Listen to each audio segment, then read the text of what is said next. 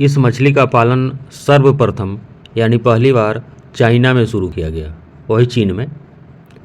उसके बाद अमेरिका वाले और यूरोप वाले इसे अपने तालाब में जो भी खरपतवार रहता था उसको साफ करने के लिए इस मछली के बच्चे को डालने लगे।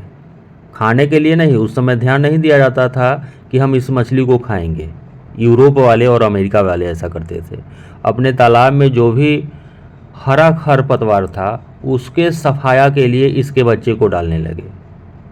आज यह विश्व भर में सबसे ज़्यादा पालन किया जाने वाला मछली बन गई है।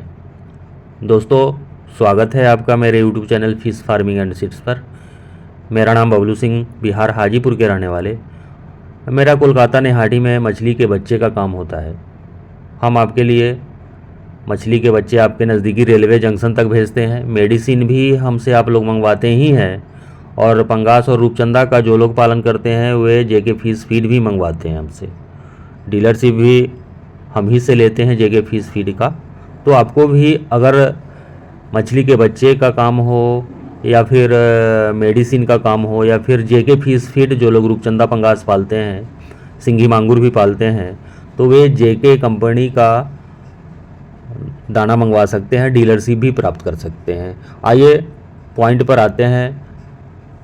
जैसा कि हम बता रहे थे आपको, ग्रास कार्प मछली के बारे में जानकारी दे रहे हैं। सर्वप्रथम इसका पालन चाइना में शुरू हुआ, उसके उपरांत अमेरिका में और यूरोप में। पता नहीं भारत में भी कितने दिनों से हो रहा है, इसका आइडिया मुझे नहीं है और ना ही कभी कहीं पढ़ने को मिला है। तो सिर्फ आप यह जान सकते हैं कि न सिर्फ भारत में, अपने देश में यह इतना लोकप्रिय मछली है, बल्कि चाइना से तो इसका शुरुआत ही हुआ है और यूरोप के कंट्रीज़, अमेरिका, संयुक्त राज्य अमेरिका के जो भी देश हैं वहाँ भी बड़े आराम से इसका पालन हो रहा है। कारण एक है, अमेरिका वाले, यूरोप वाले तो काफ़ी धनी हैं, धनी देश है वहाँ का। इंडिया में पालन होता है जिसका एक कारण है, एकमात्र कारण है, लागत बहुत कम आता है इसमें।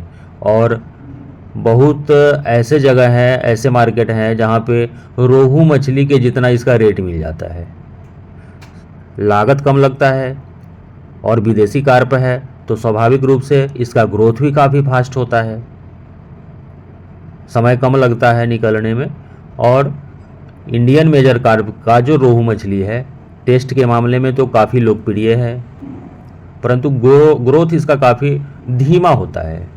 तो अमूमन लोग, इंडिया वाले लोग भी, चाहे वह बिहार के लोग हों, छत्तीसगढ़ वाले हों, यूपी वाले हों, बंगाल वाले हों, ग्रास कार्प का पालन ज़्यादा करना चाहते हैं। आपको यह ध्यान देना पड़ेगा कि आपके तालाब में खरपतवार, हरा चारा, हम खरपतवार नहीं कह के उसको हरा चारा बोलेंगे, तालाब में होना चाहिए। यानी तालाब आपकी पुरानी होनी चाहिए और उसमें हरे चारा का मात्रा काफ़ी होना चाहिए। यह खाने में बहुत ज़्यादा भोजन करती है और जब ज़्यादा भोजन करती है तो स्वाभाविक रूप से इसका ग्रोथ भी काफ़ी बेहतर आता है। ग्रास कार्प का भी बच्चा मंगाना होगा 1 इंची 2 इंची साइज का, जो आपको वीडियो में दिखाई दे रहा है, उस तरह का बच्चा मंगाना होगा। तो जो स्क्रीन पर नंबर दिखाई दे रहा है उस पर आप कॉल करिएगा। हम आपके नज़दीक में जो रेलवे जंक्शन होगा, बड़ा वाला, छोटा जंक्शन नहीं, बड़ा वाला रेलवे जंक्शन तक आपका बच्चा भेज देंगे। अगर खरपतवार की कमी हो, हरे चारे की कमी हो आपके तालाब में, और कमी हो ही जाएगा क्योंकि यह मछली बहुत ज़्यादा खाती है, तो ऊपर से विशेष मेहनत करने की आवश्यकता है ही नहीं। हाँ, परंतु जब आप छोटे बच्चे इसको डालते हैं, 1 इंची वाले, 2 इंची वाले, या फिर बहुत सारे लोग स्पॉन डालते हैं, बहुत सारे लोग धानी डालते हैं। एक चीज़ और हम बताना चाहेंगे कि स्पॉन भी चाहिए तो आप कॉल करिएगा, धानी चाहिए तो भी कॉल कर सकते हैं। छोटे बच्चे जब आप डालते हैं तो उस समय आपके तालाब में कितनों भी खरपतवार, हरा चारा रहे, कैसे खाएगी? तो इसके लिए आपको सरसों की खली डालना पड़ेगा, राइस ब्रान डालना पड़ेगा और मिनरल मिक्सचर, ईस्ट पाउडर, ये सब ज़रूर डालिए। अगर चाहिए ईस्ट पाउडर और मिनरल मिक्सचर आपको भी, तो आप जो स्क्रीन पर नंबर है उसी पर कॉल करिएगा। जब यह 50 ग्राम, 40 ग्राम, 50 ग्राम का हो जाता है, यानी ये हरा चारा खाने योग्य हो जाती है, यानी इसके दांत निकल आते हैं जिससे हरा चारा यह खा सके, तब आप सरसों की खली वगैरह देना बंद कर दे सकते हैं।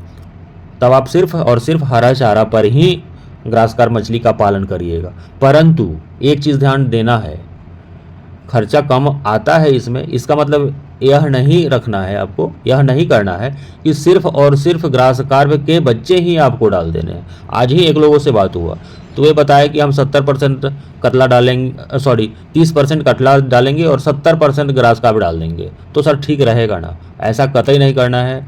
आपको डेंसिटी को हरदम मेंटेन रखना है। अगर ज़्यादा बच्चा डाल देंगे तालाब में तो फिर ग्रोथ में दिक्कत आने वाली है आपको। इसलिए 40% आप कतला डालेंगे, 30% ही ग्रास कार्प डालेंगे। लेकिन अगर आपको इसके साथ रोहू मछली भी डालना है मिडिल लेयर के लिए, जैसा कि सारे लोगों को पता होगा, ग्रास कार्प आपके तालाब के मिडिल लेयर में रहती है, यानी बीच वाले लेयर में रहती है, जहाँ पे रोहू मछली भी रहती है। तो अगर दोनों डालना है तो 15-15% डाल सकते हैं। लेकिन एक चीज़ ध्यान दीजिएगा, रोहू चाहे वह जयंती रोहू ही क्यों ना हो, ग्रास कार्प से जल्दी वह 1 किलो साइज का नहीं हो सकता।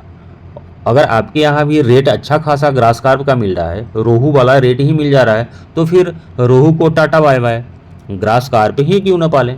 लेकिन डेंसिटी 30% ही रखना है। और नीचे के लेयर के लिए दूसरी मछली आप मृगल डाल सकते हैं, अमूर कार्प भी डाल सकते हैं, हाइब्रिड क्वालिटी का है अमूर कार्प। लेकिन इसका बच्चा हम अभी नहीं देंगे क्योंकि सीज़न ख़त्म हो गया है। फिर से हम नवंबर दिसंबर में ब्रीडिंग चालू हो जाता है, फिर जनवरी फरवरी में आप मांगिएगा तो उस टाइम में अमूर कॉमन कार्प का बच्चा हम दे देंगे आपको। ग्रास कार्प वाली बच्ची मंगाने के लिए दिए हुए नंबर पे कॉल करें।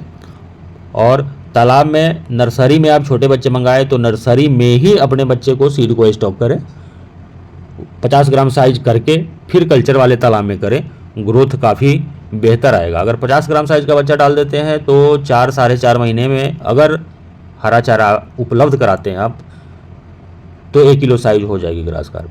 धन्यवाद।